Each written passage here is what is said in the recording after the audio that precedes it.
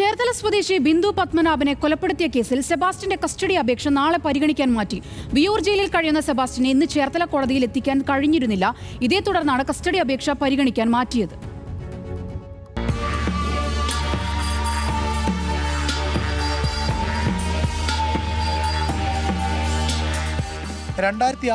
ചേർത്തല കടക്കരപ്പള്ളി സ്വദേശി ബിന്ദു പത്മനാഭനെ കാണാതാവുന്നത്.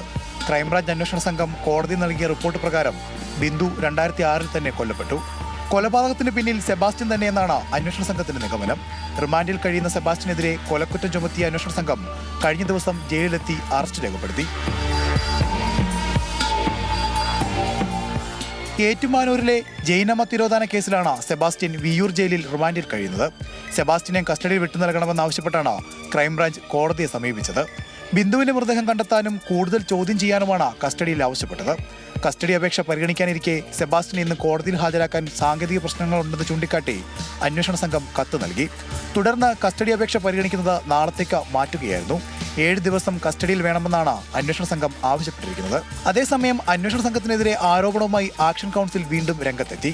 ബിന്ദുവിൻ്റെ ആണെങ്കിലും കോടിക്കണക്കിന് വില വരുന്ന ഭൂമി അത് വ്യാജരേഖകൾ ചമച്ച് അത് വിൽക്കുവാനായിട്ട് അത് അവിടെ ഉദ്യോഗസ്ഥരുടെ സഹായം വേണം. അത് രജിസ്ട്രേഷൻ വകുപ്പിലാണെങ്കിലും വില്ലേജ് ഓഫീസിലാണെങ്കിലും അവരുടെയൊക്കെ സഹായം മേടിച്ചിട്ടാണ് ഇവരിത് ചെയ്തിട്ടുള്ളത്.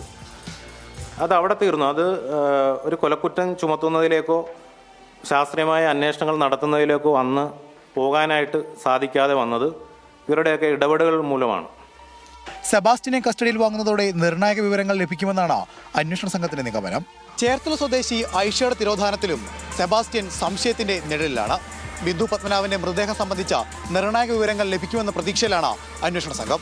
ആലപ്പുഴയിൽ നിന്നും ദീപകിനൊപ്പം മനീഷ് മാത്യു, ന്യൂസ് മലയാളം.